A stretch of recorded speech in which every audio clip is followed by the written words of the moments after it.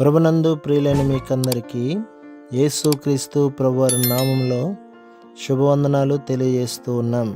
ఎడారి సెలయేర్లు అను ఈ దినపాఠమునకు స్వాగతం. జనవరి 24. తన అరకాలు నిలుపుటకు దానికి స్థలము దొరకలేదు గనక ఓడలోనున్న అతని యొద్దకు తిరిగి వచ్చెను. సాయంకాలమున అది అతని యొద్దకు వచ్చినప్పుడు త్రుంచబడిన ఒలీవ చెట్టు ఆకు దాని నోట నుండెను. ఆదికాండం 8వ అధ్యాయం 9 నుండి 11వ వచనం వరకు.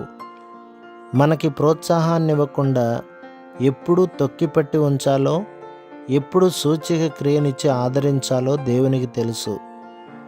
ఏది ఎలా ఉన్నా ఆయన మీద ఆధారపడడం అన్నది ఎంత ధన్యత. ఆయనకి మనం జ్ఞాపకం ఉన్నామనే రుజువులేమీ కనిపించినప్పుడు ఇదే మన కర్తవ్యం. కంటికి కనిపించే సూచనలన్నింటికన్నా తానిచ్చిన మాట, మనల్ని ఎప్పుడూ గుర్తించుకుంటానని ఆయన చేసిన వాగ్దానం ఎక్కువ నమ్మదగినది, ఎన్నదగినది అని మనం గుర్తించాలని ఆయన ఉద్దేశం. ఆయన ప్రత్యక్షమైన సూచన పంపితే అది మంచిదే. అది లేకుండా ఆయన్ని నమ్మిన మనం అది కనిపిస్తే రెట్టింపు ఉత్సాహంతో ఆయన్ని స్తుతిస్తాము. ఆయన వాగ్దానం తప్ప మరే ఇతర సాక్ష్యాలు లేకుండా నమ్మిన వాళ్ళు ఆయన నుండి అందరికన్నా ఎక్కువ ప్రేమ బహుమానములు పొందుతారు. తుఫాను మబ్బులు చుట్టూరా కమ్మితే, పరలోక స్వరం మోగబోతే నమ్మండి, ఆయన్ని మీ ప్రార్థనలన్నీ వింటున్నాడు.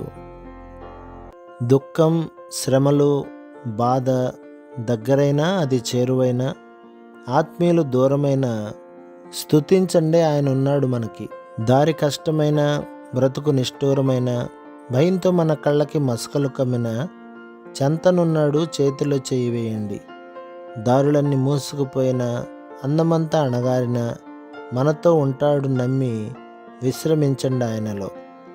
ఆలస్యాలు, తిరస్కారాలు కావు. మన ప్రార్థనలన్నీ ఆయన రిజిస్టర్లో రాసుకుంటాడు. వాటి కింద రాసుకుంటాడు, దీని సమయం ఇంకా రాలేదు. దేవుడికి ఒక సమయం, ఒక ప్రత్యేకమైన కారణం ఎప్పుడూ ఉంటాయి. మన ఉనికిని నిర్దేశించిన వాడే మన విడుదల కోసం పథకం కూడా సిద్ధం చేశాడు. ప్రభు మిమ్మును, మీ కుటుంబములను, మీ సంఘములను దీవించి ఆశీర్వదించునుగాక. ఆమేన్.